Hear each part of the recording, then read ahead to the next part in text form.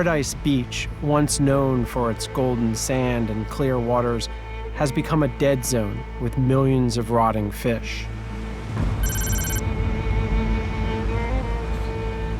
Nobody in their lifetime, we ask the elderly people, nobody saw it. And they believe in these supernatural things. So they said that's why. It's a bad omen. Yeah, bad omen, exactly. Crabs, fish, everything was completely dead. Wow. Even all the plants surrounding that place are all died. Turned red. They all died. And the water, there's no living thing in that water.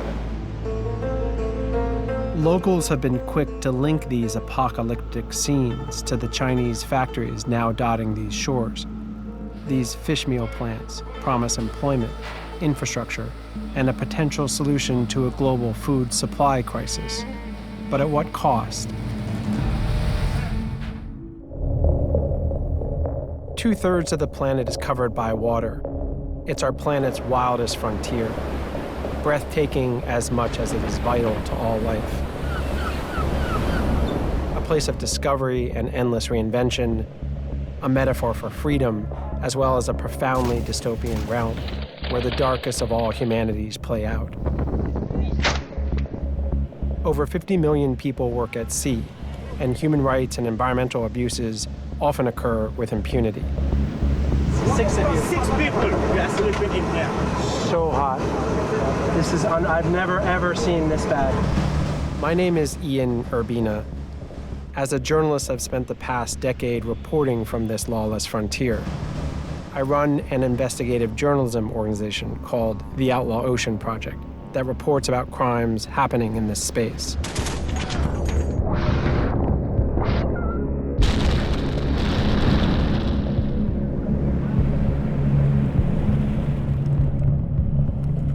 This is the Outlaw Ocean.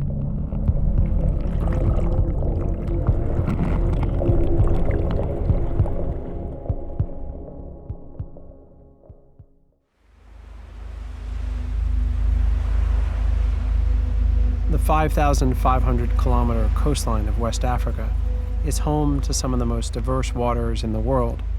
It's also economically vital to the region. More than 7 million people from Mauritania to Liberia rely on fishing for their livelihoods. For centuries, artisanal fishermen worked in tandem with nature's rhythms. Abundant fish maintained healthy local fisheries. Then, industrial fishing by foreigners began.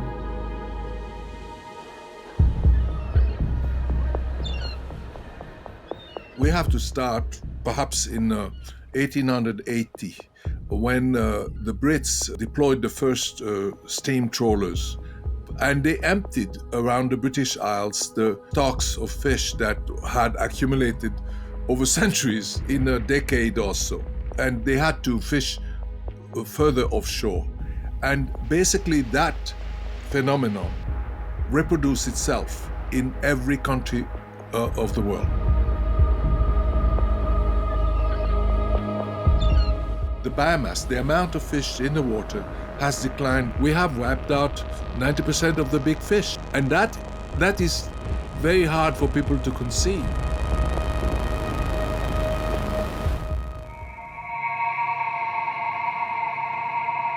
With the depletion of at-sea stocks, a hopeful solution emerged: fish farming on land.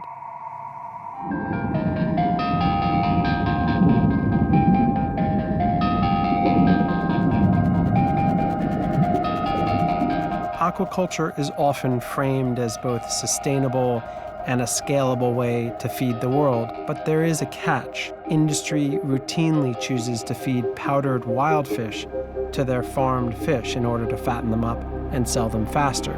Fish meal is a very inefficient food source that actually worsens depletion of ocean fish stocks rather than slowing it. Fish meal is a product that you get out of fish little fish, they are ground up.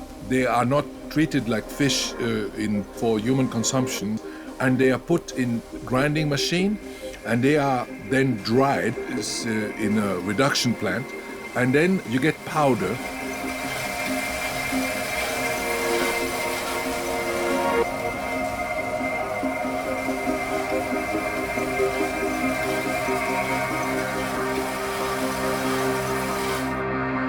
With relentless demand from China pushing fish meal prices to record highs, companies have set their sights on West Africa as a new source of supply.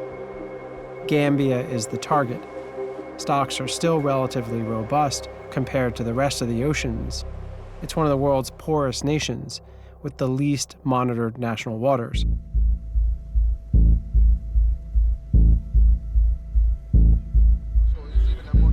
My team and I joined local journalist Mustafa Mane, who has spent years investigating the impact of 14 fish meal factories that have popped up in Gambia and neighboring countries.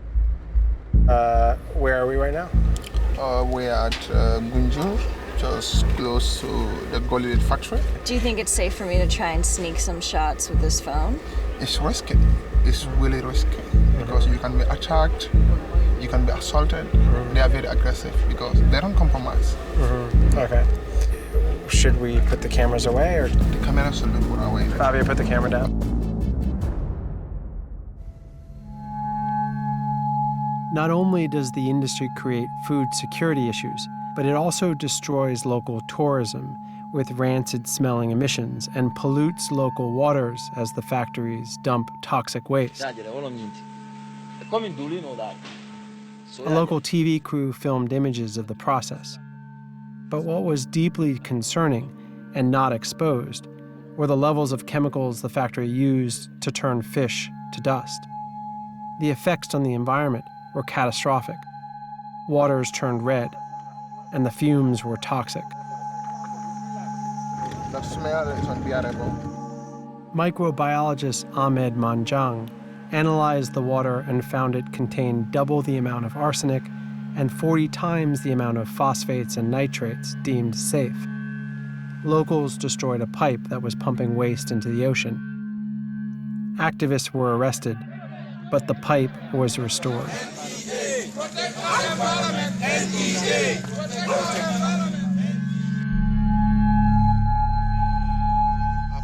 Why do you think they can get away with operating above the law? Because Gambia is in serious political debt with China. Okay. Hello. What's going on? You good? I went to Manjang's home. He's the microbiologist who had tested the toxic waters. He's also now a leader in the opposition to the factories. The local fishermen, they lost control of their beach. These fish meal are taking the protein away from our dinner tables. So what's that going to happen? We're going to have a malnourished nation. Anyway, we are taking the natural one, giving it to the Chinese. They convert it into powder, send it to China, feed the fish, ship, and bring it to Gambia. And resell it to yeah. at an expensive price. The bunga fish we see now will disappear, and that will be a disaster for this community.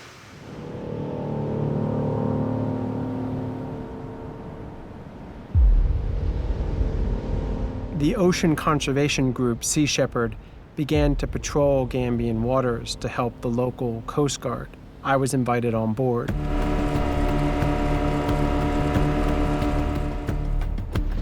The first time out, we saw a vessel, didn't know who it was, ran at it, got there, and suddenly it's the vessel that we were most interested in because it's connected to this really sketchy fish meal plant on land. Good. Can you repeat, please? I repeat. That ladder, okay? I cannot, but we need to keep a hold of the ship, because I cannot Possible. Everything possible. Come here and think possible. This is a vessel that had its transponder off, so it was already a dark vessel. But even worse, it had no fish log.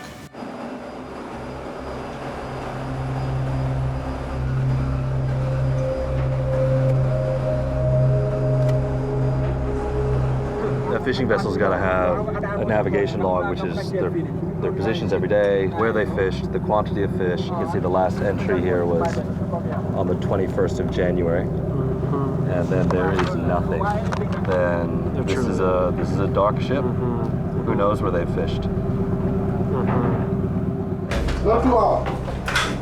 Amigo, what's that? Santa Maria. He's saying that they can't start going to Banjul yet. He needs 2 hours to make some repairs. We've seen him motoring all morning. It's a delay tactic so he can get on the radio. The captain of the ship was not particularly cooperative, and the Sea Shepherd crew and the Gambian fishery and navy officers told him he was under arrest and ordered him to bring his ship into port.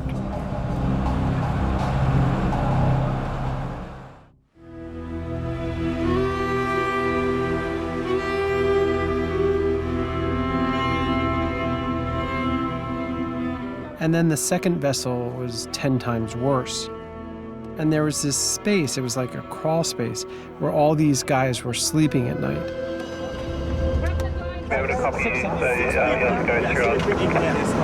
So hot.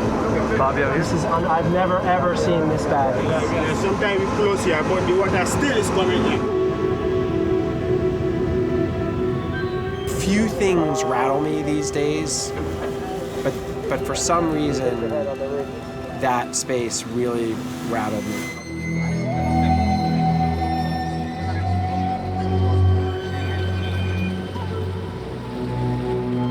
The local fishermen here also testifying that these guys have been trawling very, very close to the shore. On top of that, the living conditions here are really not for humans.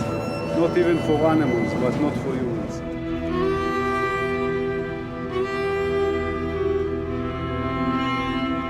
We saw how rules were broken with impunity to meet government-imposed quotas, but also how these trawlers fished well beyond demand of the fishmeal factories, leading to massive discarding of dead fish back into the ocean. The overcatch is left to rot in the waters or on the beaches, like in Gambia.